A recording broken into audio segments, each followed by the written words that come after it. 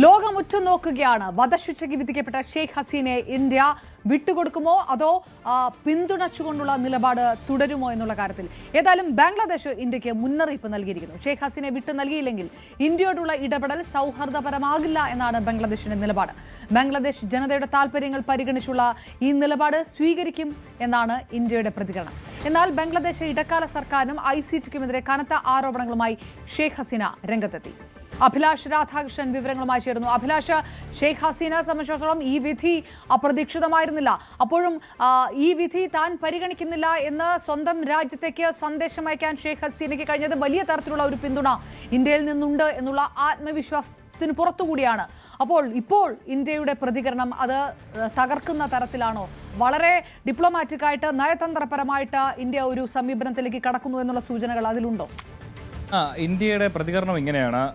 ബംഗ്ലാദേശിൻ്റെ താല്പര്യങ്ങൾക്ക് വിരുദ്ധമായിട്ട് അവിടുത്തെ ജനങ്ങളുടെ താല്പര്യം അനുസരിച്ച് മാത്രമേ ഇന്ത്യ ഈ കാര്യത്തിൽ ഒരു തീരുമാനമെടുക്കുകയുള്ളൂ, അതുമായി ബന്ധപ്പെട്ടുള്ള ഇടപെടൽ മാത്രമേ ഇന്ത്യ നടത്തുകയുള്ളൂ എന്നുള്ളതാണ് ഇന്ത്യയുടെ പ്രതികരണം.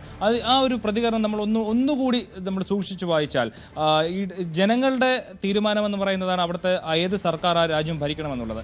പക്ഷേ ബംഗ്ലാദേശിൻ്റെ കാര്യത്തിൽ ബംഗ്ലാദേശ് ഒരു ജനങ്ങളാൽ തിരഞ്ഞെടുക്കപ്പെട്ട സർക്കാരല്ല, അവരൊരു ഇടക്കാല സർക്കാരാണ്. അപ്പോൾ ആ സർക്കാരിൻ്റെ നടപടികളെന്ന് പറയുന്നത് അവിടുത്തെ ജനങ്ങളുടെ താല്പര്യം അനുസരിച്ചായിരിക്കില്ല എന്നുള്ളതാണ് ഇന്ത്യയുടെ ഒരു മറുപടിയിൽ നിന്ന് മനസ്സിലാക്കേണ്ടത്. അതായത് ചുരുക്കം പറഞ്ഞാൽ ഹസീനയെ ബംഗ്ലാദേശിലേക്ക് അവരുടെ വധശിക്ഷ നടപ്പിലാക്കാൻ വിട്ടുകൊടുക്കില്ല എന്നുള്ളതാണ് ഇന്ത്യയുടെ നിലപാടെന്നാണ് നമുക്ക് ലഭിക്കുന്ന സൂചനകൾ. ഇതുമായി ബന്ധപ്പെട്ട് ആ കാര്യം ബംഗ്ലാദേശിന് കൃത്യമായിട്ട് അറിയാം. അതായത് ഇന്ത്യ എളുപ്പത്തിൽ അങ്ങനെ ഹസീനയെ വിട്ടുകൊടുക്കില്ല എന്നുള്ളത് ബംഗ്ലാദേശിന് കൃത്യമായി അറിയാം. അതുകൊണ്ട് തന്നെയാണ് ഒരു മുന്നറിയിപ്പിൻ്റെ സ്വരത്തിൽ, ഭീഷണിയുടെ സ്വരത്തിലേക്ക് ഇന്ത്യയോട് സംസാരിക്കാൻ കഴിയില്ല. കാരണം ബംഗ്ലാദേശിൻ്റെ സ്ഥിതി അത്രയും ശക്തമായൊരു സ്ഥിതി ഇല്ല ഇന്ന് ബംഗ്ലാദേശിന്. അതുകൊണ്ട് തന്നെ ഇന്ത്യക്ക് ഒരു മുന്നറിയിപ്പ് ഒരു രീതിയിലാണ് ബംഗ്ലാദേശ് സംസാരിച്ചത്. എത്രയും വേഗം ഷെയ്ഖ് ഹസീനയും അതുപോലെ ഹസനുസ്സമാൻ ഖാൻ, അതായത് അവിടുത്തെ മുൻ ആഭ്യന്തരമന്ത്രിയാണ്, ഇവർ രണ്ടുപേരുമാണ് ഇപ്പോൾ ഇന്ത്യയിലുള്ളത്. ഇവർ രണ്ടുപേരെയും എത്രയും വേഗം വധശിക്ഷ നടപ്പിലാക്കുന്നതിന് വേണ്ടിയിട്ട് ബംഗ്ലാദേശിലേക്ക് കൊടുത്തയക്കണം, അല്ലെങ്കിൽ വിട്ടയക്കണം. ഇല്ലെങ്കിൽ ഇന്ത്യയുമായിട്ടുള്ള സൗഹൃദമായിട്ടുള്ള നടപടികൾ ഇനി മുന്നോട്ട് കൊണ്ടുപോകാനാകില്ല എന്നുള്ളൊരു മുന്നറിയിപ്പോട് കൂടിയിട്ടാണ് ഇപ്പോൾ ബംഗ്ലാദേശിൻ്റെ ആഭ്യന്തര മന്ത്രാലയം ഇന്ത്യയോട് ആവശ്യപ്പെട്ടിരിക്കുന്നത്. ഇതുമായി ബന്ധപ്പെട്ട് ഒരു അപേക്ഷ ഇന്ത്യക്ക് ബംഗ്ലാദേശ് ഇന്ന് തന്നെ നൽകും എന്നാണ് അറിയാൻ കഴിയുന്നത്. അതിനുള്ള ഇന്ത്യയുടെ മറുപടി എന്തായിരിക്കുമെന്ന് നമുക്ക് ഊഹിക്കാം. കാരണം ഇപ്പോൾ UN-ൻ്റെ ഒരു പ്രതികരണം ഈ കാര്യത്തിൽ വരുന്നുണ്ട്. ഷെയ്ഖ് ഹസീനയ്ക്കെതിരെ എടുത്ത നിലപാട് അല്ലെങ്കിൽ എതിരെയുള്ള കോടതി വിധി ഒരിക്കലും അംഗീകരിക്കാൻ കഴിയില്ല എന്നുള്ളതാണ് യുണൈറ്റഡ് നേഷൻസ് പുറത്തുവിടുന്ന വാർത്തകൾ. അവരുടെ ഹ്യൂമൻ റൈറ്റ്സ് അതുമായി ബന്ധപ്പെട്ടുള്ള പ്രതികരണങ്ങൾ നടത്തുന്നുണ്ട്. ഒരു ഭാഗം മാത്രം കേട്ട് ഷെയ്ഖ് ഹസീനയെ പോലൊരു മുൻ പ്രധാനമന്ത്രിയുടെ വാദം കേൾക്കാതെ അവർക്ക് എന്താണ് ഈ വിഷയത്തിൽ 834 പേർ രാജ്യത്ത് കൊല്ലപ്പെട്ട സംഭവത്തിൽ ഷെയ്ഖ് ഹസീനയ്ക്ക് എന്താണ് പറയാനുള്ളത് എന്ന് പോലും കേൾക്കാതെ അവർക്കെതിരെ വധശിക്ഷ വിധിച്ചത് ഒരിക്കലും അംഗീകരിക്കാൻ കഴിയാത്ത നടപടി എന്നുള്ളതാണ് UN അടക്കമുള്ള സംഘടനകൾ, UN-ൻ്റെ ഹ്യൂമൻ റൈറ്റ്സ് സംഘടന ഇപ്പോൾ പറഞ്ഞിരിക്കുന്നത്. അപ്പോൾ ആ ഒരു കാര്യം മുന്നിൽ വെച്ച് തന്നെയായിരിക്കും ഒരുപക്ഷെ ഇന്ത്യ മുന്നോട്ട് പോകുന്നത്. ഈ ഒരു നിലപാട് ഒരു കേസാവുമ്പോൾ പ്രതിഭാഗത്തെയും കേൾക്കണമല്ലോ. അത്തരത്തിലൊരു നടപടി സ്വാഭാവിക നീതി പോലും നിഷേധിച്ച ഒരു വിധിയാണ് ഉണ്ടായിരിക്കുന്നത്. ആ വിധിയുടെ പുറത്ത് ഷെയ്ഖ് ഹസീനെ പോലെ ഒരാളെ വധശിക്ഷയ്ക്ക് വിട്ടു നൽകാൻ ഇന്ത്യ ഒരുക്കുമായിരിക്കില്ല എന്നുള്ളൊരു നിലപാട് തന്നെയാണ് ഇന്ത്യ ഇന്ന് ബംഗ്ലാദേശിനെ അറിയിക്കാൻ പോവുക എന്നുള്ളതാണ് നമ്മൾ കരുതുന്നത്. എന്തായാലും ഈ വിഷയത്തിൽ ബംഗ്ലാദേശിൻ്റെ ഭാഗത്തു നിന്ന് കൂടുതൽ നടപടികൾ ഏത് തരത്തിലുണ്ടാകും എന്നുള്ളതാണ്. കാരണം ഇന്ത്യയെ ഒരിക്കലും പിണക്കി ബംഗ്ലാദേശിന് മുന്നോട്ട് പോകാൻ കഴിയില്ല എന്നുള്ളത് വസ്തുതയാണ്. കാരണം ബംഗ്ലാദേശിനെ സംബന്ധിച്ച് അവിടെ വലിയ രീതിയിലുള്ള അസ്ഥിരത ഇപ്പോഴും നിലനിൽക്കുന്നു. പ്രത്യേകിച്ച് ഈ അവാമി ലീഗിൻ്റെ പ്രവർത്തകർ, അവാമി ലീഗ് ഷെയ്ഖ് ഹസീനയുടെ പാർട്ടിയാണ്, അവിടുത്തെ പ്രവർത്തകർ ഷെയ്ഖ് ഹസീനയ്ക്ക് വധശിക്ഷ വിധിക്കുമെന്നുള്ള റിപ്പോർട്ടുകൾ വരുമ്പോൾ തന്നെ വലിയ രീതിയിലുള്ള പ്രക്ഷോഭങ്ങളും പ്രതിഷേധങ്ങളും രാജ്യത്ത് അലയടിച്ചുകൊണ്ടിരിക്കുകയാണ്. വലിയ രീതിയിലുള്ള സുരക്ഷാ പ്രശ്നങ്ങൾ ഇപ്പോൾ തന്നെ ബംഗ്ലാദേശിലുണ്ട്. അതിനൊപ്പം ഇന്ത്യയെ പോലൊരു ശക്തമായ രാജ്യത്തെ വെല്ലുവിളിക്കാൻ കൂടി ഇപ്പോഴത്തെ ഇടക്കാല സർക്കാരിന് ഒരു ശേഷിയില്ല എന്നുള്ളത് ഉറപ്പാണ്. അതുകൊണ്ട് തന്നെ ഇന്ത്യയുമായി മൃദു സമീപനത്തിൽ പോകാനായിരിക്കും ബംഗ്ലാദേശ് തീരുമാനിക്കുക. ആ കാര്യങ്ങളെക്കുറിച്ചുള്ള വിശദീകരണങ്ങളെല്ലാം നമുക്ക് ബംഗ്ലാദേശിൽ നിന്നുള്ള കത്ത് ഇന്ത്യക്ക് കൈമാറിയതിനു ശേഷം ആ കത്തിൻ്റെ വിശദാംശങ്ങൾ പുറത്തു വന്നതിന് ശേഷമാണ് നമുക്ക് മനസ്സിലാക്കാൻ കഴിയുകയുള്ളൂ. എന്തായാലും ഒരു കാര്യം ഉറപ്പാണ്, ഷെയ്ഖ് ഹസീനയെ വിട്ടു നൽകാൻ ഇന്ത്യ തയ്യാറാകുമെന്ന് കരുതാൻ വയ്യ. അതേസമയം തന്നെ ഷെയ്ഖ് ഹസീന കുറച്ച് കാര്യങ്ങൾ ബംഗ്ലാദേശിനെതിരെ ഇന്ത്യയിൽ ഇരുന്നു കൊണ്ട് കുറച്ച് കാര്യങ്ങൾ തുറന്നു പറയുന്നുണ്ട്. അന്ന് 2024 ജൂലൈ ഓഗസ്റ്റിൽ നടന്ന പ്രക്ഷോഭം എന്ന് പറയുന്നത് റിസർവേഷനെതിരായിട്ടുള്ള പ്രക്ഷോഭമാണ്. ആ റിസർവേഷൻ 2018 തന്നെ താൻ നിർത്തലാക്കിയതാണ്. പെട്ടെന്നൊരു ദിവസം കോടതിയുടെ വിധി ഉണ്ടാവുന്നു. 30% റിസർവേഷൻ സ്വാതന്ത്ര്യ സമരത്തിനായി പോരാടിയ ആളുകളുടെ കുടുംബാംഗങ്ങൾക്ക് നൽകണമെന്നുള്ള കോടതി വിധി വരുന്നു. ആ വിധി നടപ്പാക്കില്ല എന്നുള്ളൊരു തീരുമാനം എടുക്കുമ്പോൾ പോലും സർക്കാരിനെതിരെ വലിയ രീതിയിലുള്ള പ്രതിഷേധങ്ങൾ ഉണ്ടായിരുന്നു, പ്രക്ഷോഭങ്ങൾ ഉണ്ടാകുന്നു. ആ പ്രക്ഷോഭങ്ങൾ മുന്നിൽ നിന്നത് അവിടുത്തെ വിദ്യാർത്ഥികളാണെങ്കിലും യുവാക്കളാണെങ്കിലും, പക്ഷേ അതിന് പിന്നിൽ കളിച്ചത് അവിടുത്തെ പ്രതിപക്ഷവും ഭീകര സംഘടനകളുമാണെന്നുള്ളതാണ് ഷെയ്ഖ് ഹസീന മുന്നോട്ട് വയ്ക്കുന്ന കാര്യം. അതിലേറ്റവും പ്രധാനപ്പെട്ടത് അന്ന് ഈ 834ഓളം പേർ കൊല്ലപ്പെടാനുണ്ടായ സാഹചര്യം ഒരുക്കിയത് ഈ പ്രതിപക്ഷ സംഘടനകളാണ്, അല്ലാണ്ട് സർക്കാരല്ല. സർക്കാരിനോ സംവിധാനങ്ങളോ പോലീസോ സൈന്യമോ വലിയ രീതി ആരെങ്കിലും കൊല്ലണമെന്നോ വിദ്യാർത്ഥികളെ ഇല്ലാതാക്കണമെന്നോ ഉള്ളൊരു തീരുമാനത്തിൽ ഒരു നടപടികളും എടുത്തിട്ടില്ല. പക്ഷേ അവിടെ ഈ പ്രശ്നങ്ങളെല്ലാം ഉണ്ടാക്കിയത് പ്രതിപക്ഷമാണ്. രാജ്യത്തെ സർക്കാരിനെ താഴെയിടാനായിട്ടുള്ള അവരുടെ ഗൂഢാലോചനയുടെ ഭാഗമാണ് അന്നത്തെ പ്രതിഷേധങ്ങൾ എന്നുള്ളതാണ് ഷെയ്ഖ് ഹസീന ഇപ്പോൾ പറഞ്ഞു വയ്ക്കുന്നത്. മാത്രമല്ല, ഇപ്പോൾ ഈ വിധി പുറപ്പെടുവിച്ച കോടതിയുണ്ട്, ഇന്റർനാഷണൽ ക്രൈം ട്രിബ്യൂണൽ എന്ന് പറഞ്ഞത്. ഇത് മുഹമ്മദ് യൂനസിന്റെ ചൊൽപ്പടിക്കൊത്ത് പ്രവർത്തിക്കുന്ന ഒരു കേന്ദ്രമാണ്. അവിടെ പ്രതിപക്ഷവും ഭീകര സംഘടനകളുടെയും ആവശ്യമനുസരിച്ചാണ് ആ ഒരു കോടതി പ്രവർത്തിക്കുന്നത്. ആ കോടതിയുമായി ബന്ധപ്പെട്ട് നടക്കുന്ന പ്രവർത്തനങ്ങൾ, അതുമായി ബന്ധപ്പെട്ട് നടക്കുന്നതെല്ലാം അവാമി ലീഗ് എന്ന് പറയുന്ന ഈ സംഘടനയെ ഇല്ലാതാക്കാൻ വേണ്ടി മാത്രമാണ് പ്രവർത്തിക്കുന്നത്. ഷെയ്ഖ് ഹസീന, അതായത് എന്നെ, മുൻ പ്രധാനമന്ത്രി, എന്നെ അധികാരത്തിൽ നിന്ന് താഴെ ഇറക്കി എന്നെ രാജ്യത്ത് നിന്ന് പുറത്താക്കാനോ എന്നെ വധിക്കാനോ വേണ്ടി മാത്രമാണ് ആ ഒരു കോർട്ട് നിലനിൽക്കുന്നത്. അതിനുവേണ്ടി മാത്രം പുറപ്പെടുവിച്ച ഒരു വിധിയാണ്. അല്ലാതെ തൻ്റെ ഭാഗം കേൾക്കാനോ തനിക്ക് പറയാനുള്ളത് എന്താണെന്ന് മനസ്സിലാക്കാനോ ശ്രമിക്കാതെ തനിക്കെതിരായ ഏകപക്ഷീയമായ നിലപാടെടുത്ത കോടതി. അതുകൊണ്ട് തന്നെ ആ കോടതിയുടെ വിധിയെ താൻ ഒരിക്കലും മാനിക്കുന്നില്ല, അതിനെ അംഗീകരിക്കുന്നില്ല. സത്യം നടപ്പാവുമെന്ന് ഉറപ്പുള്ള സമയത്ത് നീതിന്യായ വ്യവസ്ഥ അതിൻ്റെ കൃത്യമായ രീതിയിൽ എല്ലാ ഭാഗങ്ങളും കേൾക്കാൻ തയ്യാറാണെങ്കിൽ മാത്രം അതുമായി ബന്ധപ്പെട്ട് നിയമ നടപടികളുമായി ബന്ധപ്പെട്ട് മുന്നോട്ട് പോകാൻ കോടതിയിൽ ഹാജരാവാൻ താൻ തയ്യാറാണ്. അല്ലാതെ ഒരു തരത്തിലും ഏകപക്ഷീയമായി മുഹമ്മദ് യൂനസും സംഘവും നയിക്കുന്ന സർക്കാരിന് അനുകൂലമായി ഒരു തീരുമാനമെടുക്കുന്ന ഒരു വിധിയെ താൻ ഒരിക്കലും അംഗീകരിക്കില്ല എന്നുള്ളതാണ് ഷെയ്ഖ് ഹസീന കഴിഞ്ഞ ദിവസം ഇന്ത്യയിൽ ഇരുന്നു കൊണ്ട് പറഞ്ഞത്. അങ്ങനെ ഇന്ത്യയിൽ ഇരുന്നു കൊണ്ട് ഷെയ്ഖ് ഹസീനയ്ക്ക് പറയാനുള്ള സ്വാതന്ത്ര്യം ഇന്ത്യ കൊടുത്തിട്ടുണ്ടെങ്കിൽ അതുമായി ബന്ധപ്പെട്ടുള്ള വാർത്തകൾ പ്രചരിപ്പിക്കാൻ ഇന്ത്യ ഒപ്പം നിന്നെങ്കിൽ ഇന്ത്യയുടെ നിലപാട് അതിൽ നിന്ന് തന്നെ വ്യക്തമാണ് പറഞ്ഞ. കാരണം ഈ ഷെയ്ഖ് ഹസീനയുടെ അതേ നിലപാട് തന്നെയാണ് ഇന്ത്യയും സ്വീകരിക്കുന്നത്. ഞാൻ തിരികെ എത്താം. അഭിലാഷ് രാധാകൃഷ്ണൻ, ഇപ്പോൾ വിദേശകാര്യ നിരീക്ഷകർ കൂടിയായ ഡോക്ടർ മോഹൻ വർഗീസും എസ് വേണുഗോപാലും നമുക്കൊപ്പമുണ്ട്. Doctor Mohan Varghese, kangaroo court എന്നുള്ള നിരീക്ഷണം പോലും ഇന്ത്യയുടെ ഭാഗത്തു നിന്നൊക്കെ ഉണ്ടാകുന്നുണ്ട്. ഇന്നലെ വധശിക്ഷ വിധിച്ച കോടതിയുടെ നിലപാടിനെതിരെ അന്താരാഷ്ട്ര തലത്തിൽ മരണശിക്ഷ അംഗീകരിച്ചുകൊണ്ട്, അതൊരു പൊളിറ്റിക്കലി മോട്ടിവേറ്റഡ് ആണെങ്കിൽ മരണശിക്ഷ അംഗീകരിച്ചുകൊണ്ട് വിട്ടുകൊടുക്കാൻ ഇന്ത്യക്ക് കഴിയുകയില്ല എന്നുള്ള ഒരു നിരീക്ഷണമുണ്ട്. പക്ഷേ ബംഗ്ലാദേശിലെ ജനതയുടെ വികാരം പരിഗണിച്ചുകൊണ്ടുള്ളൊരു നിലപാടെടുക്കും എന്ന് ഇന്ത്യ പറയുകയും ചെയ്തിരിക്കുന്നു. അതായത് ഈ നിലപാടിൽ മാറ്റം വരുത്തിയേക്കും, ഹസീനയെ വിട്ടുകൊടുക്കും എന്നാണോ മനസ്സിലാക്കേണ്ടത്? അതല്ലാതെ ഒരു അന്താരാഷ്ട്ര തലത്തിൽ ഒരു സമ്മർദ്ദത്തിന് ഇന്ത്യയുടെ രാഷ്ട്രീയ നിലപാട് വഴിവെക്കും എന്ന് കരുതണം? ഇന്ത്യയുടെ മുമ്പിൽ അപർണ, ഇപ്പോൾ ഓപ്ഷൻസ് 2-3 ഓപ്ഷൻസ് ആണുള്ളത്. ഇവിടെ ഈ വിധി വന്നിരിക്കുന്നത് ഇന്റർനാഷണൽ ക്രിമിനൽ ട്രൈബ്യൂണൽ. ഇത് കേൾക്കുമ്പോൾ വിചാരിക്കും ഇതൊരു അന്താരാഷ്ട്ര കോടതിയാണ്, അന്താരാഷ്ട്ര സമൂഹത്തിന്റെ ഇടപെടലുണ്ട്. ഇതൊന്നുമല്ല. ഷെയ്ഖ് ഹസീന പ്രധാനമന്ത്രിയായിരുന്ന കാലത്ത് രൂപീകരിച്ച, ഒരുപക്ഷെ അന്നത്തെ രാഷ്ട്രീയ പ്രതിയോഗികളെ വിചാരണ ചെയ്യാൻ വേണ്ടി രൂപീകരിച്ച ഒരു ക്രിമിനൽ ചാർജസ് എല്ലാം അറസ്റ്റ് ചെയ്യുന്ന ഒരു കോടതി സംവിധാനം. അതിപ്പോൾ പൊടി തട്ടിയെടുത്ത് പുതിയ 3 ജഡ്ജിമാരെ നിയമിച്ചുകൊണ്ട് മുഹമ്മദ് യൂനസ് ഭരണകൂടം ഒരു ന്യായമല്ലാത്ത ഒരു വിധി കൊണ്ടുവന്നിരിക്കുകയാണ്. കാരണം ഇതിനെ കാംഗറു കോർട്ട് എന്ന് ഇവിടെ പിന്നെ സൂചിപ്പിച്ചല്ലോ. കങ്കാരു കോർട്ട് എന്ന് പറയുന്നത്, പൊതുവെ പറയുന്നത്, യാതൊരു രീതിയിലും ഒരു കോടതിയുടെ ഒരു കെട്ടുമട്ടും ഒന്നുമില്ലാതെ ഒരു വിധി മുൻകൂട്ടി തയ്യാറാക്കി വെച്ചതിന് ശേഷം അത് പുറപ്പെടുവിക്കുന്ന ഒരു സംവിധാനമാണ് കാംഗറു കോർട്ട്. അതുകൊണ്ട് ഇത് ഷെയ്ഖ് ഹസീനയ്ക്ക് റെപ്രസെന്റ് ചെയ്യാൻ അവസരം കിട്ടിയില്ല. സർക്കാർ ഒരാളെ വെച്ചു, കൗൺസിലെ വെച്ചു, പക്ഷെ അത് സർക്കാർ ഹിതമനുസരിച്ച് മാത്രമേ അത് മുന്നോട്ട് പോകൂ. അതുകൊണ്ട് ന്യായമായ ഒരു വിചാരണ ഷെയ്ഖ് ഹസീനയ്ക്ക് ലഭിച്ചില്ല എന്ന് കൃത്യമായി ഇന്ത്യ പറയുന്നു. അതുകൊണ്ടാണ് ഇന്ത്യയുടെ പ്രതികരണം വളരെ മെഷേർഡ് ആണ്. ബംഗ്ലാദേശിലെ ജനതയെ ഞങ്ങൾ ഉൾക്കൊള്ളുന്നു. അവരുടെ അഭിലാഷമനുസരിച്ചുള്ള ഒരു ഗവൺമെന്റ് ആവണം ബംഗ്ലാദേശിൽ ഉണ്ടാവേണ്ടത്. ബംഗ്ലാദേശിന്റെ ജനാധിപത്യ പ്രക്രിയ, ബംഗ്ലാദേശിന്റെ സമാധാനം, ബംഗ്ലാദേശിന്റെ നിയമവാഴ്ച, ഇതെല്ലാം ഉറപ്പുവരുത്തുന്ന ഒന്നാകണം തീരുമാനം. ഇപ്പോൾ ഇതാ ഈ കാങ്കറോ കോർട്ടിന്റെ വിധി അത് അംഗീകരിക്കാൻ തങ്ങൾ ബാധ്യസ്ഥരല്ല. അതനുസരിച്ച് ഇന്ത്യ ഷെയ്ഖ് ഹസീനയെ വിട്ടുകൊടുക്കാനും തയ്യാറല്ല.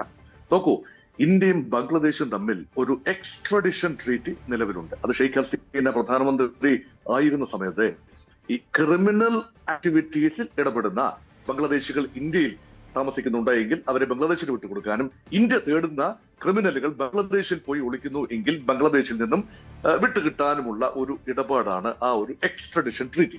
അതിൽ ഈ രാഷ്ട്രീയ കുറ്റവാളികൾ, രാഷ്ട്രീയപരമായ കാരണങ്ങളാൽ ആരോപണ വിധേയമാകുന്നവർ, അവരെ കൈമാറാൻ അതിൽ വ്യവസ്ഥയില്ല. അത് വ്യക്തമായി അത് സൂചിപ്പിക്കുന്നതുമുണ്ട്. പക്ഷെ ഇവിടെ തന്ത്രപരമായി ഈ എക്സ്ട്രഡിഷൻ സാധ്യമാകുന്നതിന് വേണ്ടി, ഇന്ത്യയെ വെട്ടിലാക്കുന്നതിന് വേണ്ടി തന്ത്രപരമായി തന്നെയാണ് മാനവരാശിക്കെതിരെയുള്ള ക്രൈം അഗൈൻസ്റ്റ് ഹ്യൂമാനിറ്റി, അതാണ് ഒരു വകുപ്പ്. അത് മാത്രമല്ല, ഈ ജൂലൈ മാസം 15-ാം തീയതിക്കും ഓഗസ്റ്റ് മാസം 5-ാം തീയതിക്കും ഇടയിലെ 20 ദിവസം നടന്ന നരഹത്യ എന്ന് പറഞ്ഞാൽ 1445 പേരെന്നാണ് അന്താരാഷ്ട്ര സമൂഹത്തിന്റെ കണക്ക്. പക്ഷെ 1400 പേരാണ് അവിടെ ബംഗ്ലാദേശിന്റെ സുരക്ഷാ സേനയുടെയും പോലീസിന്റെയും ഒക്കെ അതിക്രമത്തിൽ പൊലിഞ്ഞത്. അതിന് നേരിട്ട് നടപടിയെടുക്കാൻ കമാൻഡ് കൊടുത്തത് പ്രധാനമന്ത്രി ഷെയ്ഖ് ഹസീനയും ആഭ്യന്തരമന്ത്രി ഇപ്പോൾ ഇംപ്ലിക്കേറ്റ് ചെയ്തിരിക്കുന്ന മറ്റൊരു വധശിക്ഷ വിധിച്ചിരിക്കുന്ന ആഭ്യന്തരമന്ത്രിയും ചേർന്നാണ്. ഇതാണ് ഇംപ്ലിക്കേറ്റ് ചെയ്തിരിക്കുന്നത്. അതുകൊണ്ട് കൊള്ള, കൊല, തട്ടിക്കൊണ്ടുപോകൽ ഇതെല്ലാം തന്നെ വകുപ്പുകളായുണ്ട്. 5 വകുപ്പുകൾ ചാർത്തിയാണ് ഷെയ്ഖ് ഹസീനയ്ക്കെതിരെ ഈ കോടതി വിധി പ്രഖ്യാപിച്ചിരിക്കുന്നത്. അതുകൊണ്ട് ഇന്ത്യ പറയുന്നു, ഇതൊരു നിയമവാഴ്ചയുടെ പേരിലല്ല, തിരഞ്ഞെടുക്കപ്പെട്ട ഒരു സർക്കാരല്ല ബംഗ്ലാദേശിൽ ഇപ്പോൾ അധികാരത്തിലുള്ളത്. ഇപ്പോൾ അധികാരത്തിലുണ്ട് എന്ന് പറയുന്ന മുഹമ്മദ് യൂനിസ് പ്രധാനമന്ത്രിയല്ല, പ്രസിഡന്റ് അല്ല, സൈനിക മേധാവിയല്ല, ഒന്നുമല്ല. അദ്ദേഹം ഒരു ഉപദേശകൻ മാത്രമാണ്. സർക്കാരിന്റെ, ഇടക്കാല സർക്കാരിന്റെ ഉപദേശകൻ മാത്രമാണ്. ഫെബ്രുവരി 2026 തിരഞ്ഞെടുപ്പ് നടക്കുന്നതിന് മുൻപുള്ള കാര്യങ്ങൾ ക്രമീകരിക്കുന്നതിനുള്ള താൽക്കാലിക സംവിധാനം മാത്രമാണ്. ഇപ്പോൾ യഥാർത്ഥത്തിൽ നിയന്ത്രിക്കുന്നത്, ബംഗ്ലാദേശിന്റെ ഘടനകളെ നിയന്ത്രിക്കുന്നത് ജമാഅത്തെ ഇസ്ലാമി പോലെയുള്ള സംഘടനകളാണ്. പുതിയതായി രൂപീകരിച്ച ഒരു പാർട്ടിയുണ്ട്, NCP, നാഷണലിസ്റ്റ് സിറ്റിസൺസ് പാർട്ടി. വിദ്യാർത്ഥി പ്രക്ഷോഭമായിരുന്നല്ലോ പ്രധാന കാരണം, ഷെയ്ഖ് ഹസീനയെ പുറത്താക്കാനുള്ള പ്രധാന കാരണം. ആ വിദ്യാർത്ഥികൾ രൂപീകരിച്ച ഒരു പാർട്ടിയാണ്. ഇങ്ങനെ ജമാഅത്തെ ഇസ്ലാമിയുടെ പാർട്ടിയും, അതുപോലെ നാഷണൽ സിറ്റിസൺഷിപ്പ് പാർട്ടിയും, അതുപോലെ പഴയ പ്രധാനമന്ത്രി ബീഗം ഖലിദ സിയയുടെ പാർട്ടിയായ ബംഗ്ലാദേശ് നാഷണൽ പാർട്ടിയും അല്ലാതെ മറ്റൊരു പാർട്ടികൾക്കും മത്സരിക്കാനുള്ള അന്തരീക്ഷം പാർലമെന്റ് തെരഞ്ഞെടുപ്പിലില്ല എന്നുകൂടി ഓർക്കണം അപർണ. ഇവിടെ പ്രധാനമായും വരുന്നത് പാർട്ടി എന്ന് പറയുന്നത് അവാമി ലീഗാണ്. ഷെയ്ഖ് ഹസീനയുടെ, അതായത് ബംഗബന്ധു മുജീബുർ റഹ്മാൻ രൂപീകരിച്ച പാർട്ടി, ബംഗ്ലാദേശിന്റെ ആദ്യകാലം മുതലുള്ള പാർട്ടി, അതിശക്തമായ പാർട്ടിയാണ്. ഇന്ത്യയുമായി സൗഹൃദം നിലനിർത്തണമെന്ന് വാദിക്കുന്ന ആളുകളാണ്. ബഹുസ്വരത നിലനിർത്തണം, ബംഗ്ലാദേശിന്റെ വൈവിധ്യം, ജാതിപരവും മതപരമായും വൈവിധ്യം നിലനിർത്തണം എന്നാഗ്രഹിക്കുന്ന ആ പാർട്ടിക്ക് ഇപ്പോഴും ആഴത്തിൽ വേരുകളുണ്ട്. ആ പാർട്ടിയെ നിരോധിച്ചുകൊണ്ട് നടത്തുന്ന തെരഞ്ഞെടുപ്പ് പ്രഹസനമാകുമെന്ന കാര്യവും സംശയമില്ല. അതുകൊണ്ട് ഇപ്പോൾ ഒരു കോടതി വിധി വന്നിരിക്കുന്നു. അത് ഇന്ത്യ പറയുന്നു, ഇന്റർനാഷണൽ കോർട്ട് ഓഫ് ജസ്റ്റിസ് അല്ലെങ്കിൽ ഇന്റർനാഷണൽ ക്രിമിനൽ കോർട്ട്, ഹെയ്ഗ് ആസ്ഥാനമായി പ്രവർത്തിക്കുന്ന ഇന്റർനാഷണൽ ക്രിമിനൽ കോർട്ടിൽ ഇത് പരിശോധിക്കുന്നതിന് വിരോധമില്ല. പക്ഷെ ബംഗ്ലാദേശിലെ കാങ്കറോ കോർട്ടിൽ ഇതുപോലെ ഒരു വിധി വന്നാൽ ഇന്ത്യ എക്സ്ട്രഡിഷൻ ട്രീറ്റി ഉപയോഗിച്ചുകൊണ്ട് ഷെയ്ഖ് ഹസീനെ വിട്ടുകൊടുക്കാൻ സാധ്യത തീരെയില്ല. അപർണ, റൈറ്റ്, തീർച്ചയായിട്ടും ഞാൻ തിരികെ എത്താം. ശ്രീ MS വേണുഗോപാൽ ഉണ്ടായതിനു മുമ്പ് വീണ്ടും അഭിലാഷിലേക്ക്. അഭിലാഷ്, ഇത്തരം ചില കാരണങ്ങൾ കൊണ്ട് ഇന്ത്യയുടെ ഇതുവരെയുള്ള സർക്കാരുകൾ ഉയർത്തിപ്പിടിച്ച ആ പോളിസിൽ നിന്ന് ഒട്ടും മാറാതെ തന്നെ ഇന്ത്യക്ക് ഹസീനെ വിട്ടുകൊടുക്കാൻ കഴിയുകയില്ലെന്ന് അന്താരാഷ്ട്ര സമൂഹത്തോട് പറയാൻ കഴിയും. വളരെ പ്രധാനപ്പെട്ട കാര്യം, ഇന്ത്യയുടെ അകത്ത് ആഭ്യന്തര രാഷ്ട്രീയ ഇതിനകത്ത് എടുക്കുന്ന നിലപാട് കൂടിയാണ്. BJPയെ സംബന്ധിച്ചോളം BJP ഹസീനയ്ക്കൊപ്പമാണ്. സുവേന്ദു അധികാരി ഇത് പാകിസ്ഥാന്റെ സമ്മർദ്ദമാണ് എന്ന് പറയുന്നു ഒരു വശത്ത്. അതുതന്നെ അധീർ രഞ്ജൻ ചൗധരിയും അതുതന്നെ ശശി തരൂരും പറയുന്നു. അപ്പോൾ BJPയും കോൺഗ്രസും ഒരേ നിലപാടിൽ നിൽക്കുന്ന ഒരു സാഹചര്യമുണ്ട്. ഏതെങ്കിലും തരത്തിൽ ആഭ്യന്തര രാഷ്ട്രീയം ഇതുമായി ബന്ധപ്പെട്ട് ഭിന്നിപ്പുണ്ടാവുന്നില്ല. കൂടി വന്നാൽ ഒരു ന്യൂനപക്ഷ സംരക്ഷണം ബംഗ്ലാദേശിൽ വേണ്ട എന്നൊക്കെ ചോദിച്ച DMK ആണ്. പക്ഷേ ഈ ശിക്ഷാവിധിക്ക് ശേഷം അങ്ങനെയുള്ള പ്രതികരണം CPMന്റെ ഭാഗത്തുനിന്നും ഉണ്ടായിട്ടില്ല. അതുകൊണ്ട് ആഭ്യന്തര രാഷ്ട്രീയവുമായി ബന്ധപ്പെട്ടും ഹസീന ഹസീനയെ വിട്ടുകൊടുക്കേണ്ട എന്നൊരു നിലപാടിലേക്ക് ഇന്ത്യ ഏകകണ്ഠമായി തന്നെ എത്തും. അങ്ങനെ കൂടി നമുക്ക് രാഷ്ട്രീയപരമായി വിലയിരുത്താം അല്ലേ? അതെ അപർണ, കാരണം 1975 ഈ സ്വാതന്ത്ര്യ സമരം കഴിഞ്ഞ അവാമി ലീഗുമായി ബന്ധപ്പെട്ടുള്ള വിഷയങ്ങൾ വരുമ്പോൾ, അതായത് ഹസീനയുടെ പിതാവ് മരിക്കുമ്പോൾ ഇന്ത്യയാണ് ഹസീനയ്ക്കും സഹോദരങ്ങൾക്കും അന്ന് അഭയം നൽകിയത്.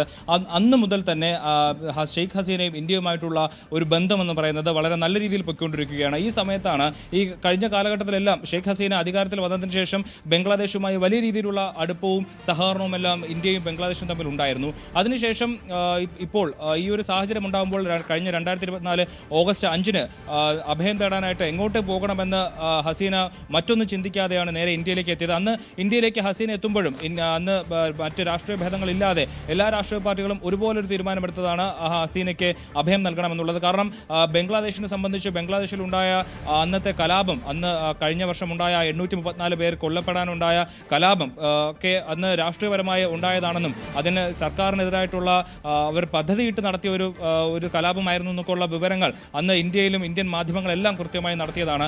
അതിന് പിന്നാലെയാണ് ഷെയ്ഖ് ഹസീന ഇന്ത്യയിലേക്ക് എത്തുന്നതും ഇന്ത്യയിൽ അഭയം നൽകുന്നതും. അവർ ഇന്ത്യയിൽ നിന്നുകൊണ്ട് തന്നെ വലിയ രീതിയിൽ ഈ കഴിഞ്ഞ കാലഘട്ടങ്ങളിലെല്ലാം ബംഗ്ലാദേശിൽ നടക്കുന്ന വിഷയങ്ങളിലെല്ലാം ഹസീനയ്ക്ക് പ്രതികരിക്കാനുള്ള അവസരമുണ്ടായിരുന്നു. ഹസീന പ്രതികരിച്ചിരുന്നു. മാത്രമല്ല ഈ ഒരു വിധി ഇന്നലെ ഇത്തരത്തിലൊരു ICTയുടെ വിധി വരുന്നതിന് ആ സമയം തന്നെ അതിന് മുമ്പ് തന്നെ അറിയാം ഇത്തരത്തിലൊരു വധശിക്ഷ തന്നെ ആയിരിക്കും ഹസീനയ്ക്ക് എതിരെ ഉണ്ടാകുക എന്നുള്ളത് കൃത്യമായി നേരത്തെ തന്നെ മനസ്സിലായതാണ്. അതുകൊണ്ട് തന്നെ ഈ ഒരു സാഹചര്യം കണക്കിലെടുത്ത് ഹസീനയ്ക്ക് വലിയ രീതിയിലുള്ള സുരക്ഷയും മറ്റു കാര്യങ്ങളുമെല്ലാം ഇന്ത്യയിൽ ഒരുക്കിയിരുന്നു. മാത്രമല്ല ഈ ഇത്തരത്തിൽ ബംഗ്ലാദേശിൽ നിന്ന് ഹസീനയെ വിട്ടു നൽകണമെന്ന് ആവശ്യപ്പെട്ടുകൊണ്ടുള്ള ചോദ്യങ്ങളും അപേക്ഷകളും എല്ലാം ഇന്ത്യയിലേക്ക് എത്തുമെന്നുള്ള കാര്യവും ഇന്ത്യക്ക് നേരത്തെ തന്നെ അറിയാം. അതുകൊണ്ട് തന്നെയാണ് ഇന്ത്യ നേരത്തെ പറഞ്ഞതുപോലെ ഒരു തീരുമാനമെടുത്ത് ഒരു പ്രതികരണം നടത്തിയത്. അതായത് ബംഗ്ലാദേശിലെ ജനങ്ങളുടെ, അത് കോട്ട്സിൽ വായിക്കണം, അതായത് ബംഗ്ലാദേശിലെ ജനങ്ങളുടെ താല്പര്യങ്ങൾക്ക് വിരുദ്ധമായി ഇന്ത്യ ഒരു നിലപാടെടുക്കില്ല എന്നുള്ളത്. അതായത് ഇപ്പോൾ ബംഗ്ലാദേശ് ഭരിക്കുന്നത് ജനങ്ങളാൽ തിരഞ്ഞെടുക്കപ്പെട്ട ഒരു സർക്കാരല്ല, അവിടുത്തെ ഇടക്കാല സർക്കാരാണ്. അവിടുത്തെ പ്രതിപക്ഷം കലാപത്തെ തുടർന്ന് കൊണ്ടുവന്ന, അവരുടെ താല്പര്യത്തിനനുസരിച്ച് കൊണ്ടുവന്ന ഒരു ഇടക്കാല സർക്കാരാണ്. ആ സർക്കാർ എന്ന് പറയുന്നത് ജനങ്ങളുടെ താല്പര്യത്തിൽ വന്നതല്ലാത്തത് കൊണ്ട് തന്നെ ജനങ്ങളുടെ താല്പര്യത്തിനനുസരിച്ചുള്ള ഒരു നേതാവ്, അങ്ങനെ ആ ഒരു തരത്തിലൊരു ആവശ്യം വന്നാൽ മാത്രമേ ഇന്ത്യ ഇടപെടൂ എന്നുള്ള ഒരു സൂചന കൂടിയാണ് ആ ഒരു പരാമർശത്തിൽ ഉണ്ടായിരുന്നത്. അതിന് ഇന്ന് തന്നെ അപേക്ഷ ഹോം മിനിസ്ട്രിയിൽ നിന്നുള്ള ആവശ്യം ഇന്ത്യയിലേക്ക് എത്തിക്കഴിഞ്ഞു. അത് മാത്രമല്ല, കൂടാതെ ഔദ്യോഗികമായ അറിയിപ്പും കത്തും ഇന്ത്യക്ക് നൽകുമെന്നുള്ളതാണ് നമുക്ക് അറിയാൻ കഴിയുന്നത്. അതിലെന്തായാലും ഇന്ത്യയിലെ എല്ലാ രാഷ്ട്രീയ വിഭാഗങ്ങളും ഏകകണ്ഠമായ ഒരു തീരുമാനമെടുത്തിരിക്കുകയാണ് എന്നാണ് നമുക്ക് മനസ്സിലാക്കുന്നത്. അതായത് ഷെയ്ഖ് ഹസീനയെ വധശിക്ഷയ്ക്ക് വേണ്ടിയിട്ട്. ഞാൻ തിരികെ എത്താം. ആഭ്യന്തര രാഷ്ട്രീയവുമായി ബന്ധപ്പെട്ട് ഇതിൽ മറ്റൊരു തർക്കമുണ്ടാകുന്നില്ല എന്നതുകൂടിയാണ് ഷെയ്ഖ് ഹസീനയെ വിട്ടുകൊടുക്കാൻ സാധ്യതയില്ല ഇന്ത്യ എന്നുള്ളതിന് പ്രധാനപ്പെട്ട കാരണമായി പറയുന്നത്. എന്താണ് അന്താരാഷ്ട്ര തലത്തിൽ സംഭവിക്കുന്നത് എന്നുള്ള കൂടിയുണ്ട്. ശ്രീ MS വേണുഗോപാൽ, ഇതൊരു രാഷ്ട്രീയ പ്രചോദിതമായിട്ടുള്ളൊരു വിധിയാണ് എന്ന് ഇന്ത്യൻ വിദേശകാര്യ മന്ത്രാലയത്തിൻ്റെ പ്രസ്താവനകൾ പുറത്തു വരുന്നു. അതിനിടയിൽ ഷെയ്ഖ് ഹസീനയുടെ അനുകൂലികളൊക്കെ കൊൽക്കത്തയിലേക്കൊക്കെ എത്തണമെന്ന ഒരു ആശ്രയം ആവശ്യപ്പെട്ടതുള്ള വാർത്തകളൊക്കെ വരികയാണ്. ബംഗ്ലാദേശും ഇന്ത്യയുമായിട്ടുള്ള ആ റാപ്പോ അത് സമ്മർദ്ദത്തിലാകും, അത് മോശം സ്ഥിതിയിലേക്ക് എത്തും. പക്ഷേ ചൈനയുടെ സ്വാധീനം തടയാൻ തന്ത്രപരമായ ഒരു നീക്കമായിട്ട് ഇത് ഉപയോഗിക്കാൻ കഴിയുമെന്നുള്ളൊരു വിലയിരുത്തലും വരുന്നുണ്ട്. അത് ഏത് തരത്തിലാണ്? ഹസീനയെ ഒപ്പം നിർത്തിക്കൊണ്ട്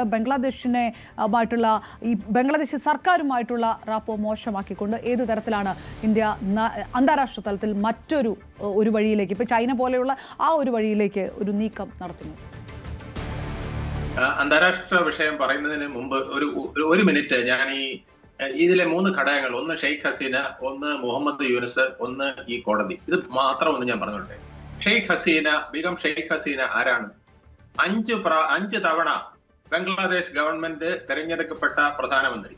ഇനി 6ാമതും അവിടെ നീതിന്യായ വ്യവസ്ഥയും ഡെമോക്രസിയും ഉണ്ടെങ്കിൽ 6ാമതും തെരഞ്ഞെടുക്കപ്പെടാൻ സാധ്യതയുള്ള ഒരു പ്രധാനമന്ത്രി. അത് മാത്രമല്ല, ലോകത്തെ ഏറ്റവും വലിയ ഒരു വനിതാ ഡെമോക്രാറ്റിക് ലീഡർ കൂടിയാണ് ഷെയ്ഖ് ഹസീന. ഒരു മുസ്ലിം രാഷ്ട്രത്തിൽ നിന്നാണെന്നും കൂടി നിങ്ങൾ ആലോചിക്കണം. ഇത്രയധികം നാൾ ഒരു മുസ്ലിം രാഷ്ട്രത്തിൽ നിന്ന് ഒരു വനിതാ പ്രധാനമന്ത്രി നട്ടലോടുകൂടി ഇങ്ങനെ നിൽക്കാൻ കഴിഞ്ഞു എന്ന് പറയുന്നതാണ് ബീഗം ഹസീനയുടെ ഏറ്റവും വലിയ ലോകം ശ്രദ്ധിക്കേണ്ട ഒരു പോയിന്റ്. രണ്ടാമത്തേത്, ആരാണ് ഈ മുഹമ്മദ് യൂനസ്? അദ്ദേഹത്തിന് നോബൽ സമ്മാനം എങ്ങനെ കിട്ടിയെന്ന് ചിന്തിക്കേണ്ട വിധത്തിലാണ് അദ്ദേഹം ഇപ്പൊ പെരുമാറുന്നത്. അദ്ദേഹം എന്താണ് ചെയ്യുന്നത്? അവിടെ ശരിക്കും പറഞ്ഞാൽ വംശീയ കൂട്ടക്കൊലയ്ക്ക് കൂട്ടുനിന്നയാളാണ് ഇപ്പോഴത്തെ മുഹമ്മദ് യൂനസ്. അവിടുത്തെ ന്യൂനപക്ഷങ്ങളെ, ഹിന്ദുക്കളെ, ബുദ്ധന്മാരെ, ജൈനന്മാരെ, എന്തിന് ഹരേ കൃഷ്ണ പാടിക്കൊണ്ട് നടക്കുന്ന വിദേശികളെ വരെ പിടിച്ച് അകത്തിട്ട് പീഡിപ്പിച്ച് പലരെയും ജനങ്ങളെ കൊണ്ട് കൊല്ലാൻ ഇടവരുത്ത ആളാണ് ഈ നോബൽ സമ്മാനക്കാരനായ മുഹമ്മദ് യൂനസ്. ഈ മുഹമ്മദ് യൂനസിന്റെ നോബൽ സമ്മാനം സമാധാനത്തിനാണെങ്കിൽ അത് പുനഃപരിശോധിക്കേണ്ട സമയം കഴിഞ്ഞിരിക്കുന്നു എന്നാണ് എനിക്ക് തോന്നുന്നത്. ശരിക്കും പറഞ്ഞാൽ ഈ കോടതി അദ്ദേഹത്തിനെയാണ് ന്യൂനപക്ഷ പീഡനത്തിന്റെയും കൊലപാതകത്തിന്റെയും പേരിൽ വധശിക്ഷയ്ക്ക് വിധിക്കപ്പെടേണ്ടത്. ഈ കോടതി എന്താണ് ഇത്? കങ്കാരു കോർട്ടെന്ന് ഇന്ത്യയുടെ വിദേശകാര്യ വക്താവിന് അതേ പറയാൻ കഴിയുള്ളൂ. അതുകൊണ്ടാണ് പറഞ്ഞത്. ഞാൻ പറയുന്നു ഇത് അധോലോക കോടതിയാണ്. ഇതൊരു തട്ടിക്കൂട്ട് അധോലോക കോടതിയാണ്. ഈ അധോലോക കോടതിക്ക് എങ്ങനെ അവിടുത്തെ ജനങ്ങളുടെ ഹിതമനുസരിച്ചുള്ള ഒരു വിധി ഉണ്ടാക്കാൻ കഴിയും? അല്ലെങ്കിൽ ജനാധിപത്യപരമായ അല്ലെങ്കിൽ നീതിന്യായ വ്യവസ്ഥയുടെ ഉള്ളിൽ നിന്നുകൊണ്ടൊരു വിധി ഉണ്ടാക്കാൻ കഴിയും? അത്തരത്തിലൊരു വിധി ഉണ്ടാക്കാൻ കഴിയാത്ത ഒരു കോടതി, അത് അവിടുത്തെ സുപ്രീം കോടതി പോലുമല്ല, തട്ടിക്കൂട്ട് കോടതി. അതാണ് ഞാൻ പറഞ്ഞ അധോലോക കോടതി എന്ന്. ഈ അധോലോക കോടതിയുടെ വിധി ഇന്ത്യയെ നല്ല ലോകത്തെ ഒരു ജനാധിപത്യ രാഷ്ട്രവും അംഗീകരിക്കില്ല, മനുഷ്യത്വമുള്ളവരാരും അംഗീകരിക്കില്ല എന്നുള്ളതാണ് എന്റെ ശക്തമായ പച്ചയായ കാര്യം. ഇനി വേറൊന്നും കൂടെ ഞാൻ പറഞ്ഞുകൊള്ളട്ടെ. ഈ അവിടെ ഒരു ഇലക്ഷൻ എന്തുകൊണ്ട് നടത്താൻ ഇത്രയും നാളായിട്ട് മുഹമ്മദ് യൂനസിന് കഴിഞ്ഞില്ല? അതുകൊണ്ട് എന്തുകൊണ്ടാണ് അവാമി ലീഗ് എന്നുള്ള പാർട്ടിയെ പോലും അവിടെ നിൽക്കാൻ സമ്മതിക്കുന്നില്ല? അവരെ പീഡിപ്പിക്കുകയല്ലേ ചെയ്യുന്നത്? ഈ ഷെയ്ഖ് ഹസീനയ്ക്കെതിരെ വന്ന കുറ്റം എന്താണ്? അവരവിടുത്തെ ഇപ്പൊ ഇന്ത്യയില് ഒരു 10 സ്ഥലത്ത് ജൻസി പ്രക്ഷോഭം നടക്കുന്നു. ആ പ്രക്ഷോഭത്തില് ഇന്ത്യൻ പ്രധാനമന്ത്രി പട്ടാളത്തിനെ അയക്കുന്നു. ആ പ്രക്ഷോഭം തടുക്കാനായിട്ട് ഇന്ത്യൻ പട്ടാളം 1500 പേരെ വെടിവെച്ച് കൊന്നു എന്ന് വിചാരിക്കുക. അതിന് ഇന്ത്യൻ പ്രധാനമന്ത്രിയെ തൂക്കിക്കൊല്ലണമെന്ന് വിധിച്ചാൽ അത് ഒരു തട്ടിക്കൂട്ട് കോടതി. എന്താണിത്? അങ്ങനെയാണെങ്കിൽ ഇന്ത്യയുടെ ഭരണഘടനയെ അട്ടിമറിച്ചു, അടിയന്തരാവസ്ഥ കൊണ്ടുവന്നു. എന്തിനു വേണ്ടി? സ്വന്തം നിലനിൽപ്പിന് വേണ്ടി, കോടതിയുടെ വിധി മറക്കാൻ വേണ്ടിയിട്ട് ഇന്ദിരാഗാന്ധി കൊണ്ടുവന്നു. അപ്പൊ മൊറാർജി ദേശായി വന്ന് ഇതുപോലെ ഒരു തട്ടിക്കൂട്ട് കോടതി ഉണ്ടാക്കി സുപ്രീം കോടതിയുടെ പവറിനെ മരവിപ്പിച്ചുകൊണ്ട്, പാർലമെന്റിൽ എന്തെങ്കിലും ചെയ്ത് മരവിപ്പിച്ചുകൊണ്ട് ഇത്തരത്തിലൊരു വിധി, അല്ലെങ്കിൽ ആജീവനാന്തം ജയിലിൽ കിടക്കട്ടെ എന്നൊരു വിധി ഉണ്ടാക്കിയാൽ നമുക്ക് അംഗീകരിക്കാൻ പറ്റുമോ? എന്താണ് ഇതിൽ നിന്ന് മനസ്സിലാക്കേണ്ടത്? തികച്ചും മൃഗീയമായ, തികച്ചും വർഗീയമായ, തികച്ചും കാട്ടാള ഭരണമാണ് ബംഗ്ലാദേശിൽ ഇപ്പോൾ നടന്നിരിക്കുന്നത്. അതിന്റെ കാട്ടാള നിയമത്തിൽ ഉപയോഗിച്ചുകൊണ്ട് നടന്ന ഒരു കാട്ടാള വിധിയെ ആരംഗീകരിക്കും? തീർച്ചയായിട്ടും. ശ്രീ MS വേണുഗോപാൽ, നമുക്ക് താങ്കൾ പറഞ്ഞ ആ ജൻസി പ്രക്ഷോഭവുമായിട്ട് ബന്ധപ്പെട്ട് അന്താരാഷ്ട്ര തലത്തിൽ ഇപ്പോൾ മാറ്റി ചിന്തിച്ചു കൊണ്ടിരിക്കുന്ന ആ ഒരു വിഷയം കൂടി ഇന്ത്യയുടെ നിലപാടുമായിട്ട് പറയുമ്പോൾ എടുത്തു പറയണമെന്ന് തോന്നുന്നു. ഞാൻ ശ്രീ ഡോക്ടർ മോഹൻ ബർഗസിലേക്ക് വരുന്നതിന് മുമ്പ് അഭിലാഷിലേക്ക് വീണ്ടും. അഭിലാഷ്, ജൻസി പ്രക്ഷോഭവുമായി ബന്ധപ്പെട്ട് നേപ്പാളിൽ ജൻസി പ്രക്ഷോഭം ഉണ്ടാകുന്നതിന് മുമ്പ് ബംഗ്ലാദേശിൽ അത് ഉണ്ടാകുന്നു. ബംഗ്ലാദേശിൽ അത് ഉണ്ടാകുകയും ഇത്രയും ഒരു 1400ഓളം മരണം ഉണ്ടാകുന്നു, 5000ഓളം അറസ്റ്റ് ഉണ്ടാകുന്നു. ഇങ്ങനെ ലെതൽ ഫോഴ്സിനെ ഉപയോഗിച്ചുകൊണ്ട് ജീവന് ഹാനിയാകുന്ന തരത്തിൽ ആക്രമണങ്ങൾ അഴിച്ചുവിട്ടു എന്നതാണ് പ്രധാനപ്പെട്ട കുറ്റമായി ഹസീനയുടേതായി കണക്കാക്കപ്പെടുന്നതെങ്കിൽ നേപ്പാളിന് ശേഷം വിദേശ രാജ്യങ്ങൾ ഒരുപക്ഷെ ഇങ്ങനെയുള്ള ചില രാജ്യങ്ങളെ തകർക്കാൻ വേണ്ടി ഈ ജൻസി പ്രക്ഷോഭത്തെ ഉപയോഗിക്കുകയാണോ എന്നൊരു വിലയിരുത്തലേക്കൊക്കെ കാര്യങ്ങൾ പോയിരുന്നു. അങ്ങനെ നോക്കുകയാണെങ്കിൽ സ്വാഭാവികമായിട്ടും ഹസീനയുടെ മേൽ ചുമത്തപ്പെട്ട കുറ്റങ്ങൾക്കൊന്നും നിലനിൽപ്പില്ല എന്നൊരു ഘട്ടമുണ്ട്. അന്താരാഷ്ട്ര ലോകം ആ തരത്തിൽ കൂടി ഇത് കാണുന്നുണ്ടോ? UN അടക്കം ഈ മരണശിക്ഷ അംഗീകരിക്കാത്തത് അതുകൊണ്ടായിരിക്കും. അങ്ങനെ ഒരു വഴിത്തിരിവിലേക്ക് കൂടി ഇത് വരുന്നുണ്ടോ? ബംഗ്ലാദേശ് കോടതി ഇങ്ങനെ ഒരു വധശിക്ഷ വരുമ്പോൾ പോലും ലോകം മാറ്റി ചിന്തിച്ചു തുടങ്ങുന്നത് അതുകൊണ്ടാണ്. അപർണ, ഈ കാര്യത്തിൽ എന്തുകൊണ്ടാണ് അവിടെ ഒരു കലാപം ഉണ്ടായതെന്നുള്ളതാണ് ഏറ്റവും പ്രധാനപ്പെട്ട ചോദ്യം. അതൊരു നമ്മൾ ആലോചിക്കുമ്പോൾ നമുക്ക് ഒരിക്കലും ലോജിക്കില്ലാത്ത തരത്തിലേക്ക്, ഈ ഹസീന എന്ത് ചെയ്തു എന്നുള്ള ഒരു ലോജിക്കില്ലാത്ത ചോദ്യത്തിലേക്ക് എത്തും. കാരണം ഇപ്പോഴത്തെ കോടതി വിധി അങ്ങനെയാണ് വന്നിരിക്കുന്നത്. അതായത് 1971 സ്വതന്ത്ര സമരത്തിൽ പങ്കെടുത്ത ആളുകളുടെ ബന്ധുക്കൾക്ക് റിസർവേഷൻ ഉണ്ടായിരുന്നു. അതായത് സർക്കാർ ജോലികളിൽ 30% റിസർവേഷൻ ബംഗ്ലാദേശിലുണ്ടായിരുന്നു. 2018 ഹസീന ആ റിസർവേഷൻ അന്ന് 2018 പ്രക്ഷോഭങ്ങൾക്ക് പിന്നാലെ ആ റിസർവേഷൻ എടുത്ത് കളയുകയാണ് ഉണ്ടായത്. പിന്നീട് 2024 ബംഗ്ലാദേശ് കോടതി തന്നെ ആ റിസർവേഷൻ റീഇൻസ്റ്റേറ്റ് ചെയ്യണമെന്ന് ആവശ്യപ്പെട്ടുള്ളൊരു വിധി വരുന്നു. ആ വിധി വരുന്ന സമയത്താണ് ഇത്തരത്തിൽ അവിടെ ഒരു ജൻസി പ്രക്ഷോഭം ഉണ്ടാവുന്നത്. അതായത് സർക്കാരിൽ, അതായത് അവാമി ലീഗിലുള്ള ആളുകൾക്ക് ജോലി കൊടുക്കാൻ വേണ്ടിയിട്ട് ഷെയ്ഖ് ഹസീനയുടെ നേതൃത്വത്തിൽ ഇത്തരത്തിലൊരു സംവരണം അവിടെ കൊണ്ടുവരുന്നു, 30% സംവരണം കൊണ്ടുവരുന്നു എന്ന് അവകാശപ്പെട്ടുകൊണ്ട്, ആരോപിച്ചുകൊണ്ട് ഇവർ സമരം ചെയ്യുന്നു. എന്നാൽ സമരത്തിന് പിന്നാലെ തന്നെ ഷെയ്ഖ് ഹസീന പറയുന്നുണ്ട്, ഇത്തരത്തിൽ ഒരു ഇത് കോടതി വിധിയാണ്, സർക്കാർ സർക്കാരിൻ്റെ തീരുമാനമല്ല. അത് നടപ്പിലാക്കണോ വേണ്ട എന്നുള്ള കാര്യത്തിൽ തീരുമാനമെടുക്കുകയാണ്. അത് പിന്നെ ദിവസങ്ങൾ പിന്നിടുമ്പോൾ അത് നടപ്പാക്കില്ല എന്നുള്ള കാര്യം വിദ്യാർത്ഥികൾക്ക് ആ സമരം ചെയ്യുന്നവർക്ക് ഉറപ്പ് നൽകിയെങ്കിലും പിന്നീടും ആ സമരം തുടർന്നു കൊണ്ടുപോകുന്നു. അങ്ങനെയാണ് അതൊരു കലാപത്തിലേക്ക് പോകുന്നതും. പിന്നീട് ഈ വിദ്യാർത്ഥികളെ കൊണ്ടൊന്നും ഇത്തരം വലിയൊരു അക്രമം രാജ്യത്ത് നടത്താൻ കഴിയില്ല. അതിൻ്റെ പിന്നിലൊരു ശക്തി നേപ്പാളിലും നമ്മൾ കണ്ടതാണ്. ചില ആളുകൾ അവരുടെ സോഷ്യൽ മീഡിയ ഹാൻഡിലുകൾ വഴിയൊക്കെ നടത്തിയതും അതുമായി ബന്ധപ്പെട്ടുള്ള ഗൂഢാലോചനകളൊക്കെ പിന്നീട് പുറത്തു വന്നതാണ്. അതുപോലെ തന്നെയാണ് ഇവിടെയും സംഭവിക്കുന്നത്. ഇവിടെ സംഭവിച്ചത് അതിൽ കുറച്ചുകൂടെ കാഠിന്യമുള്ളതാണ്. കാരണം ഇവിടെ അവിടുത്തെ പ്രതിപക്ഷവും ചില ഭീകര സംഘടനകളും ചേർന്നുകൊണ്ട് വലിയ രീതിയിലുള്ള ഈ വിദ്യാർത്ഥികളുടെ സമരത്തെ കലാപമാക്കുന്നു.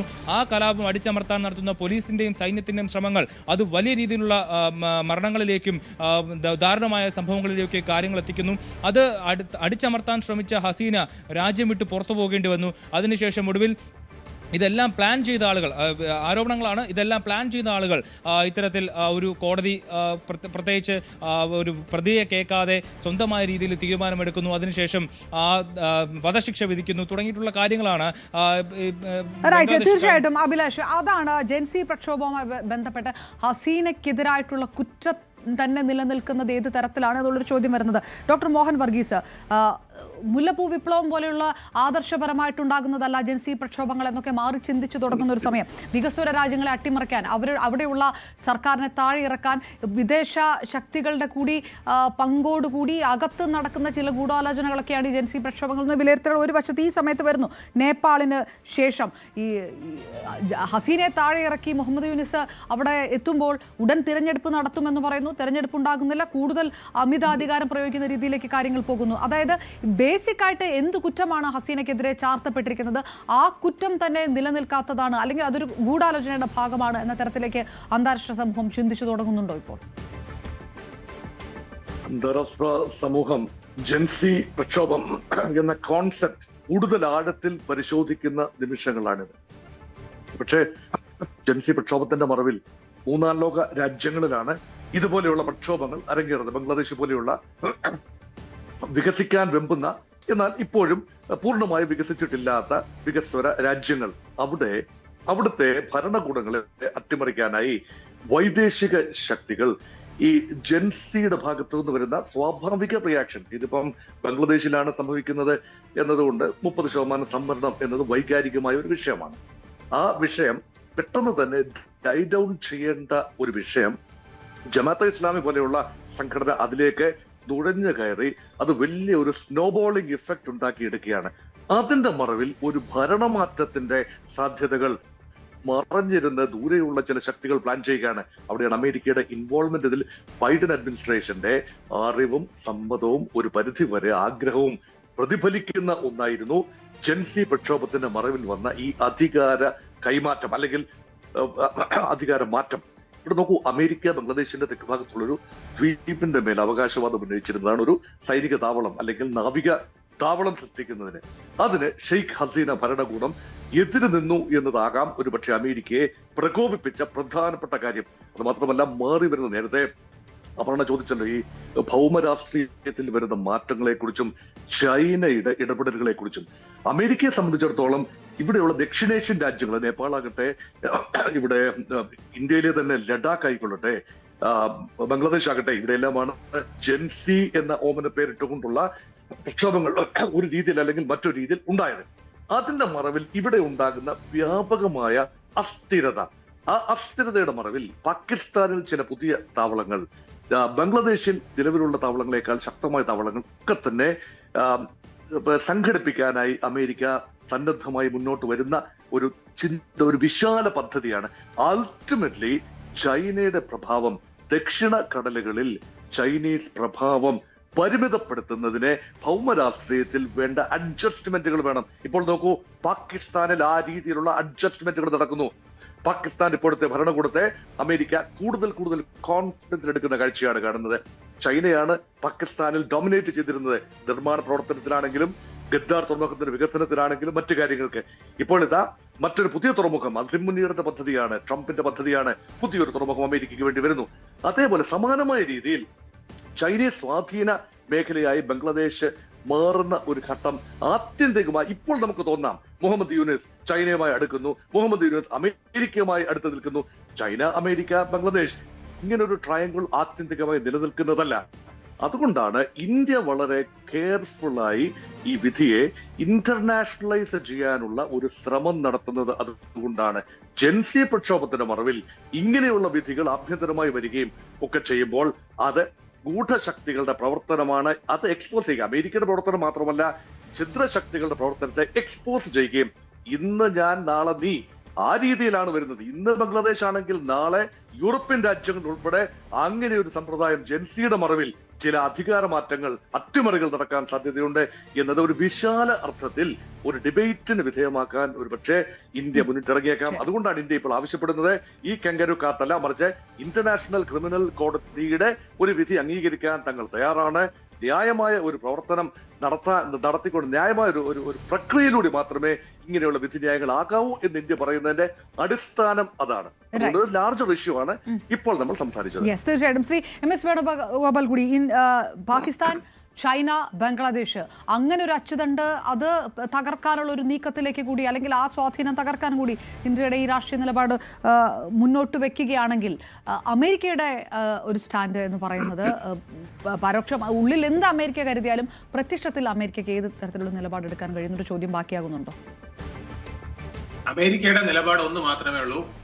ഇന്ത്യൻ പ്രധാനമന്ത്രി മറ്റൊരു അസീം മുനീറായി മാറി ട്രംപിന്റെ ഷൂവിന് കീഴിൽ വന്ന് നിൽക്കുക എന്നുള്ളത് മാത്രമാണ്. അതിനവർ എന്ത് തന്ത്രവും പ്രയോഗിക്കും. ആ തന്ത്രങ്ങളാണ് ഇപ്പോൾ നമ്മൾ താരിഫായിട്ടും അല്ലെങ്കിൽ പാകിസ്ഥാനിൽ അവർ കാണിക്കുന്ന പ്രേമമായിട്ടും ബംഗ്ലാദേശിൽ അവർ നടത്തിയിരിക്കുന്ന അവരെന്ന് വ്യക്തമല്ലെങ്കിലും അധോലോക ഒരു കൂട്ടുകെട്ടിന് പിന്നിൽ ഇത് നടന്നിരിക്കുന്നതിന് അമേരിക്കയുടെ അധോലോകത്തിന്റെ കൈയുണ്ട് എന്നുള്ളത് വ്യക്തമാണ്. അത് ഡീപ് സ്റ്റേറ്റിന് പങ്കില്ലാതെ ഇത്തരത്തിലൊരു പ്രക്ഷോഭം അവിടെ നടക്കില്ല. നടന്നാൽ അവർ മിണ്ടാതിരിക്കില്ല. നടന്നു എന്ന് വിചാരിക്കുക, നടന്നാൽ പോലും അത് ജനാധിപത്യ ധ്വംസനമാണെന്ന് പറഞ്ഞ് ആദ്യം ഇറങ്ങുന്ന രാഷ്ട്രം അമേരിക്കയായിരിക്കും, ആദ്യം ഇറങ്ങുന്ന നേതാവ് ട്രംപ് ആയിരിക്കും. എന്തുകൊണ്ട് ട്രംപ് മിണ്ടാതിരിക്കുന്നു ഇത്രയും നാളായിട്ട്? അപ്പൊ അവരുടെയും കൂടെ മൗന സമ്മതം ഇതിലുണ്ട്. അതുകൊണ്ട് മാത്രമാണ് ഷെയ്ഖ് ഹസീനയ്ക്ക് എതിരെ നടന്ന ഇത്രയും വലിയ ക്രൂരമായ ഒരു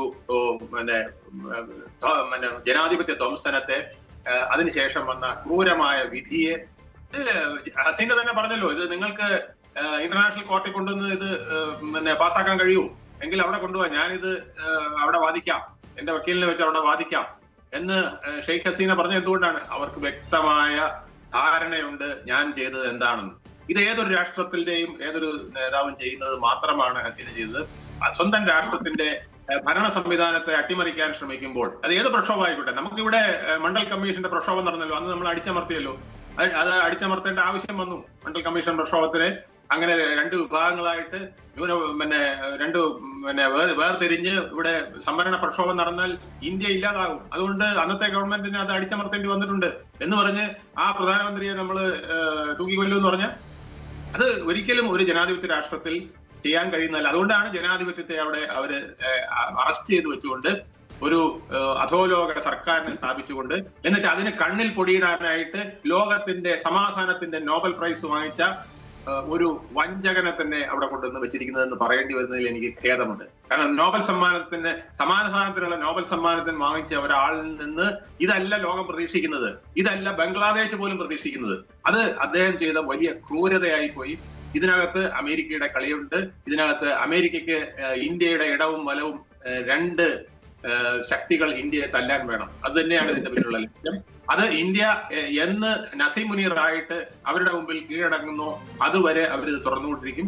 ഇന്ത്യക്ക് നട്ടലുള്ള ഒരു പ്രധാനമന്ത്രിയും ഇന്ത്യക്ക് നട്ടലുള്ള ഒരു സർക്കാരും ഉള്ളിടത്തോളം കാലം അത് നടക്കില്ല ട്രംപ് എന്ന് പറയാൻ കൂടിയാണ് ഇന്ത്യൻ ഗവൺമെന്റ് ശ്രമിച്ചുകൊണ്ടിരിക്കുന്നത്. റൈറ്റ്, തീർച്ചയായിട്ടും. യെസ്, MS വേണുഗോപാലൊപ്പം ഡോക്ടർ മോഹൻ വർഗീസും കൂടിയാണ് വിശകലനം നടത്തിയത്. അഭിലാഷ് രാധാകൃഷ്ണൻ വിവരങ്ങൾ നൽകിയത്. ഉറ്റുനോക്കുന്നു, ഏതെങ്കിലും തരത്തിൽ ഷെയ്ഖ് ഹസീനയെ വിട്ടുകൊടുക്കാനുള്ള തീരുമാനത്തിലേക്ക് ഇന്ത്യ കടക്കുകയില്ല. രാഷ്ട്രീയപരമായിട്ടും അന്താരാഷ്ട്ര തലത്തിൽ നിന്നുള്ള പ്രതികരണങ്ങളും അതാണ് വ്യക്തമാക്കുന്നത് എന്നുള്ള സൂചനകളും വരുന്ന സമയം കൂടിയാണ് ഇത്.